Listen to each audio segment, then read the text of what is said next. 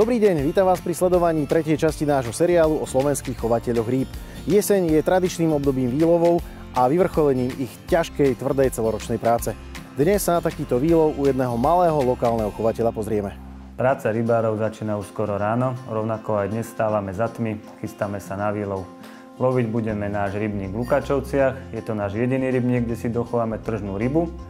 Dnes tam budeme loviť tržného kapra, amúra, nejakého sumca, šťuku a všetko sa to navezie ku nám na farmu do Skačian, kde si to predávame predvianočný predaj to je. A ďalej sa tam na tomto rybníku robí celý rok aj chytanie rýb, takže aby sme využili rybník naplno, ponúkame aj takúto službu ľuďom. Ja som sa k rybárstvu dostal cez otca, keďže som vyrastal od malička v rybárskom prostredí, otec pracoval na rybárskom zväze. A to, kde sa teraz nachádzame v Skačanoch, vybudoval cca pred 30 rokmi, keď sa osamostatnil prakticky na zelenej lúke.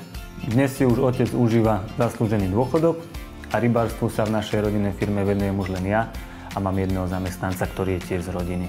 Dobre, musím ísť. Ryby čakajú. Tak ahoj. Ahoj. Nech to dobre dopadne. Ďakujem. Chovatelia rýb, rovnako ako chovatelia dobytka či ošípaných, každé ráno skoro vstávajú a odchádzajú od svojich rodín, aby sa postarali o ryby vo svojich rybníkoch. Inak tomu nie je ani v období výlovov. Obyčajne sa začína skoro ráno a končí sa až po zotmení. Dorazili sme na rybníky do Lukáčoviec, kde sa bude dnes vykonávať výlov. Výlov robíme len raz ročne. Všetká ryba odtiaľto je určená na predvianočný predaj, všetko sú to tržné kapre. Lovíme si svojpomocne. Všetci ľudia, ktorí sa na tomto výlove nachádzajú, sú moji kamaráti. Máme to už ako takú tradičnú zábavu. Tu sa zídeme, tu pokecáme, popri tom spravíme robotu, čo treba, zabavíme sa. A takto isto sa stretávame aj na jar na výlove, kedy prelovujeme násady. Chalani sa na to tešia a už dopredu sa mi ozývajú, aby sa mohli výlovu zúčastniť. Všetky tržné ryby odtiaľto putujú na našu rodinnú farmu, kde budú vysádkované, aby strávili posledné zvyšky, ktoré sa nachádzajú v tráviacom trakte a boli v najvyššej kvalite pripravené na vianočný predaj. Je výhoda, že je to naša ryba, vieme, čo si dovezieme, celý rok sledujeme zdravotný stav, vieme, čím ju krmíme. Na margo toho krmenia kapre krmíme čisto iba obilninami, pšenicou, všetko je to pšenica z okolia, není to žiadna ukrajinská pšenica ani žiadna iná dovozová pšenica. Všetko si to robíme sami, čiže vieme zhodnotiť kvalitu pšenice, či náhodou sa tam nenachádzajú nejaké plesne alebo niečo podobné. Tým, že sme s tou rybou celý rok v kontakte, tak vieme zákazníkovi zaručiť tú najvyššiu kvalitu. O tom svedčí aj to, že všetká táto ryba sa u nás predá a zákazníci sa k nám vracajú. Väčšinou sú to už ľudia, čo sa za tie roky poznáme a málo čo sa obnoví. Väčšinou je to 90% sú stále tí istí ľudia a 10% sú takí, čo si náhodou nájdu niekde reklamu a zavítajú k nám aj tí. Opäť sa nachádzame v Skačanoch, tam, kde sme ráno začínali. Máme tu svoje sklady, máme tu svoje sádky. Okrem toho, keďže sme rodinná firma, má tu svoj dom môj otec, mám tu svoj dom ja. Je to výhoda, že to máme všetko pod kontrolou a keď potrebujem niečo poradiť, tak mi otec je vždy po ruke. V týchto sádkach za mnou sa nachádzajú ryby, ako sú pstruhy, ktoré sa tu predávajú počas celého roka.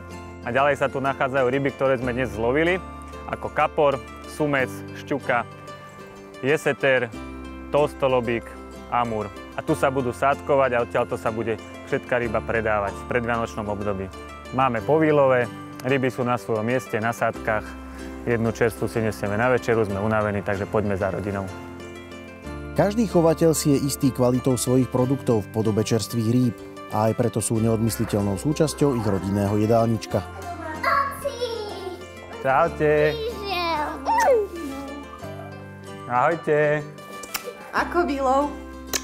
Celkom dobre. Unavený? Unavený, hladný som, takže jedného kapra ideme hneď spraviť. Ocko nám priniesol rybku. Ryba.